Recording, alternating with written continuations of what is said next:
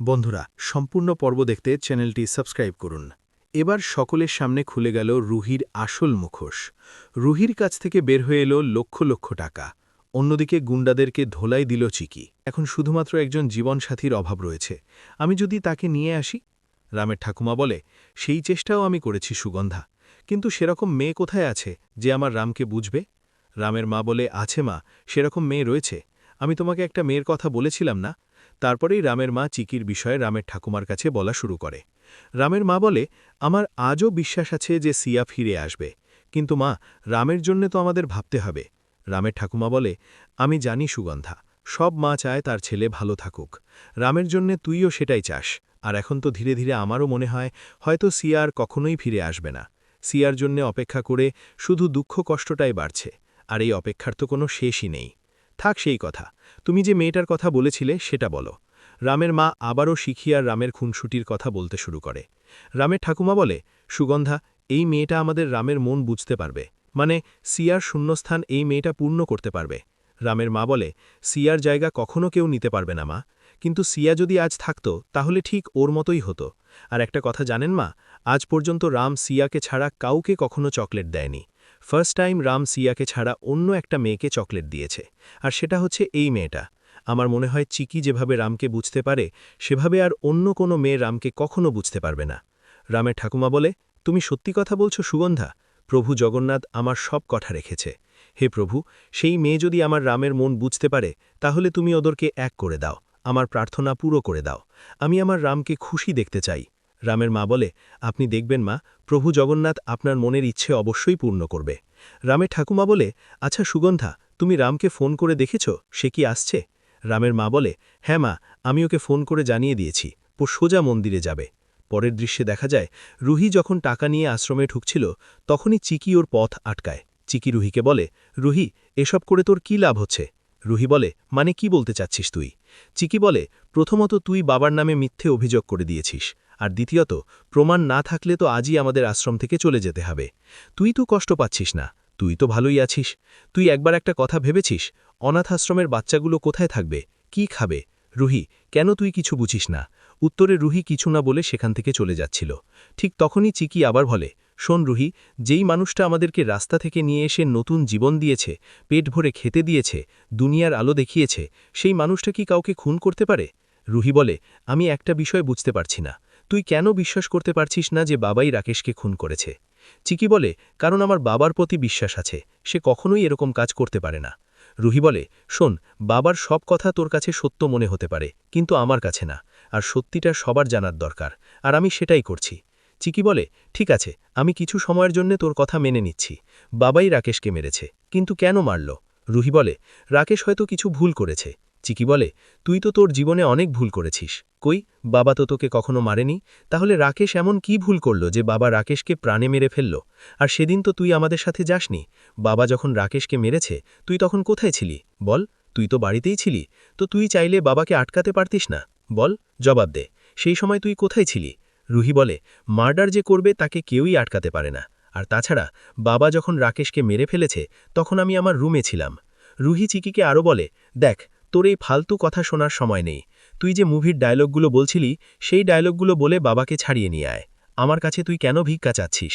চিকি কাঁদতে কাঁদতে বলে, তুই ঠিকই বলেছিস রুহি, আমি তোর কাছে ভিক্ষাই চাইছি, তুই বাবাকে ফিরিয়ে নিয়ে আয়, আর তোর মিথ্যে সাক্ষী উঠিয়ে নে। রুহি বলে, এটা কোনোভাবেই সম্ভব না, বাবা কখনোই ক্ষমা পাবে না, আর বাবা কি করেছে না করেছে তার বিচার আদালতেই হবে। রুহি আরও বলে, তোর সাথে আমার কোনো সম্পর্ক নেই, তাই তুই আমাকে কিচ্ছু জিজ্ঞাসা করবি না। এই বলে রুহি সেখান থেকে চলে যাচ্ছিল, কিন্তু তখনই চিকি রুহির হাত ধরে টান দেয় এবং রুহির হাতে থাকা ব্রিফকেস নিচে পড়ে যায়, এবং সেখানে থাকা সমস্ত টাকা বেরিয়ে আসে, যেটা দেখে চিকি পুরো চমকে যায়। তখন রুহি রেগে বলেছি না, তোর সাথে আমার কোনো সম্পর্ক নেই, তাহলে তুই কেন আমার হাত ধরছিলি? চিকি, আমি বারবার বলছি তুই আমার পিছু করা বন্ধ কর, আমি এই অনাথ আশ্রম থেকে বেরিয়ে নতুন একটা জীবন শুরু করব, তোর ছায়াটাও আমার জীবনে পড়বে না। এই বলেই রুহি সেখান থেকে চলে যায়।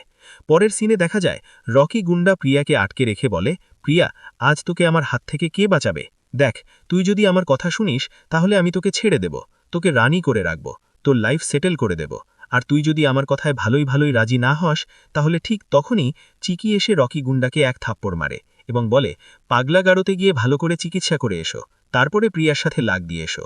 রকি গুন্ডা বলে, তোর সাথে আমার কোনো কথা নেই, আমি তোকে ভালোই ভালোই বলছি, তুই আমাদের মধ্যে থেকে সরে যা।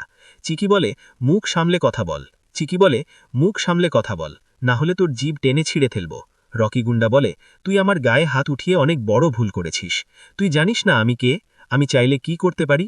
চিকি বলে, দেখ, তুই কি করবি না করবি সেটা আমি জানতে চাই না, এমনিতেই আমার মনটা খারাপ আছে, তাই বেশি কথা বাড়াবি না। রকি গুন্ডা বলে, তোকে তো তখনই চিকি রকি গুন্ডার হাত চেপে ধরে এবং বলে, একদম চুপ। ঠিক তখনই গ্রামের লোকেরা সেখানে চলে আসে, যেটা দেখে রকি গুন্ডা বলে, আজ তো আমি চলে যাচ্ছি, কিন্তু কাল তোদের দুজনকে দেখে নেব। উত্তরে চিকি বলে, আরে যা, আমি ভালো করে জানি তুই কি করবি। চিকি আরও বলে, এক্ষুনি তুই এখান থেকে চলে যাবি নাকি আরও একটা থাপ্পড় খাবি। এরপরেই দেখা যায় সেই গুন্ডাটি সেখান থেকে চলে যায়। আর একজন লোক বলে, চিকিমা, প্রিয়া, তোমরা ঠিক আছো তো? ওই বদমাইশ কিন্তু আবার তোমাদের পেছনে লাগবে। চিকি বলে, কাকা, আপনি কেন টেনশন করছেন, ওই বদমাইশদের আমি একাই দেখে নেব। এরপরেই দেখা যায় চিকি যখন আশ্রমের দিকে ফিরছিল, তখন তার মাথায় রুহির সেই ব্রিফকেস ভর্তি টাকার কথা বারবার ঘুরপাক খাচ্ছিল। রুহি এত টাকা কোথায় পেল, আর কেনই বা সে বাবার নামে মিথ্যে অভিযোগ করছে? এই সব কথা ভাবতে ভাবতে চিকি দিশেহারা হয়ে পড়ে। অন্যদিকে মন্দিরে পৌঁছে রাম বারবার ঘড়ির দিকে তাকাচ্ছিল, কারণ তার মা তাকে সেখানে কারো সাথে দেখা করতে বলেছিল। রামের মনে হচ্ছিল হয়তো মা আবার সেই বিয়ের কথা তুলবে, কিন্তু সে তো আজও সিয়াকে ভুলতে পারেনি। ঠিক সেই সময় রামের ঠাকুমা জগন্নাথ দেবের কাছে প্রার্থনা করছিল যেন রামের জীবনে আসা নতুন মেয়েটি তাকে সব দুঃখ ভুলিয়ে দেয়। হঠাৎ করেই মন্দিরের সিঁড়িতে চিকির সাথে রামের দেখা হয়ে যায়। চিকি তখনও রুহির দেওয়া আঘাতে কাঁদছিল। রামকে দেখে সে নিজেকে সামলে নেওয়ার চেষ্টা করে, কিন্তু রামের চোখের জল দেখে স্থির থাকতে পারে না। রাম চিকির কাছে গিয়ে জিজ্ঞাসা করে, কি হয়েছে তোমার, তুমি কাঁদছো কেন, কেউ কি তোমাকে কিছু বলেছে? চিকি প্রথমে কিছু বলতে চায় না, কিন্তু রামের বারবার অনুরোধে সে বলে, রুহি বদলে গেছে রাম, ও আমাদের বাবাকে ফাঁসানোর চেষ্টা করছে, আর ওর কাছে অনেক টাকা দেখেছি, আমি জানি না ও এসব কোথায় পেল। রাম তখন চিকিকে সান্ত্বনা দিয়ে বলে, তুমি চিন্তা করো না, সত্যের জয় হবেই। আমি তোমাকে কথা দিচ্ছি, আমি নিজে এই রহস্যের তদন্ত করব এবং তোমার বাবাকে নির্দোষ প্রমাণ করব। রামের মুখে এমন আশ্বাস শুনে চিকি কিছুটা স্বস্তি পায়।